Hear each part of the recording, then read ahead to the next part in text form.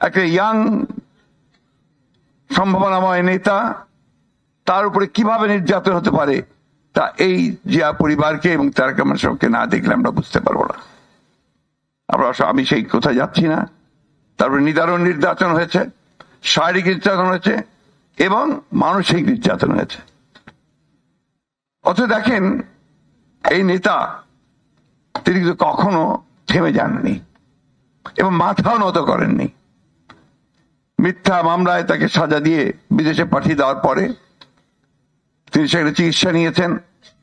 আর ইতিমধ্যে আমাদের দেশের বেগম খালেদা জিয়াকে যখন আরেকটি মিথ্যা মামলায় সাজা দিয়ে তাকে কারাগারে পাঠানো হলো, তখন আমাদের বিএনপির নেতৃত্বে আসবে কে আসবে, এটা অনেকের মনে একটু চিন্তা ছিল। অনেকে ভাবছিল যে আমাদের senior vice chairman Tarique Rahman সাহেব এই দায়িত্ব নিতে পারবেন কিনা, কিন্তু তিনি তার কাজের মধ্য দিয়ে অতি দ্রুত সমস্ত পার্টিকে সংগঠিত করে একটা মহান একটা বিপ্লব, একটা ছাত্র জনতার অভ্যুত্থান তিনি সংগঠিত করতে নেতৃত্ব দিয়েছেন তারেক রহমান। আমি সেজন্যই কথা বলছিলাম যে বিষয়টা হচ্ছে, আমি দীর্ঘ করব না, যে তার মধ্যে যে অসাধারণ একটা সাংগঠনিক দক্ষতা আছে, তার মধ্যে যে অসাধারণ একটা গণতান্ত্রিক মন আছে, এটা আমরা যারা তার সঙ্গে কাজ করছি আমরা সেটা সবসময় বুঝতে পারি। তিনি এটা আগে কখনো হয়নি, তিনি মাসে 4 দিন অর্থাৎ সপ্তাহে 1 দিন করে স্ট্যান্ডিং কমিটির সঙ্গে তিনি মিটিং এ বসেন, যাতে আমরা জয়েন্টলি সকলের সঙ্গে আলোচনা করে সমস্ত সিদ্ধান্তগুলো নিতে পারি। এটা অত্যন্ত বিরল ঘটনা ডেমোক্রেটিক একটা পার্টির জন্য। আপনারা আমার চেয়ে ভালো জানবেন, যারা তার সঙ্গে কথা বলেন, কাজ করেন, তারা অনেকেই জানেন যে তিনি সেই সুদূর ইউনিয়ন পরিষদ থেকে শুরু করে সেন্ট্রাল কমিটি পর্যন্ত তিনি যোগাযোগ রাখছেন প্রতি মুহূর্তে। 24 ঘন্টার মধ্যে আমার মনে হয় 18 ঘন্টাই তিনি নেতা কর্মীদের সঙ্গে সবসময় যোগাযোগ রাখেন এবং দিক নির্দেশনা দিচ্ছেন কোথায় কিভাবে কি করতে হবে। আজকে এই যে হাসিনাকে তাড়িয়ে দেওয়া সম্ভব হয়েছে, এখানে জনাব তারেক রহমানের অবদান সবচেয়ে বেশি বলে আমি মনে করি।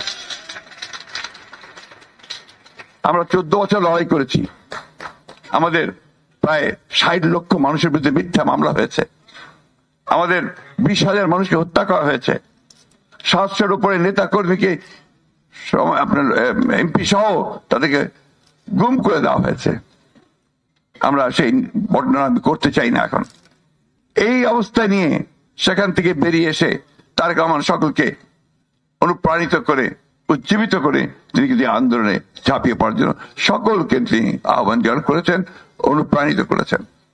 আমি খুব ভালো করে জানি শেষে যে কটা দিন আমরা বলি যে ছাত্র গণ অভ্যুত্থানের মূল সময়টা, সেই সময়টা প্রতি মুহূর্ত তিনি যোগাযোগ রেখেছেন প্রত্যেকের সঙ্গে, এমনকি ছাত্র সমন্বয়কদের সঙ্গে পর্যন্ত। আমাদের ছাত্র দলের, যুব দলের বিভিন্ন সংগঠনগুলোর প্রায় 422 জন এই অভ্যুত্থানে নিহত হয়েছে, শহীদ হয়েছেন। সুতরাং আজকে সমগ্র জাতি ঐক্যবদ্ধ হয়ে এই ফ্যাসিস্ট খুনি হাসিনাকে উৎখাত করেছে। এখন একটা অন্তর্বর্তীকালীন সরকার আছে, আমরাই করেছি সবাই মিলে।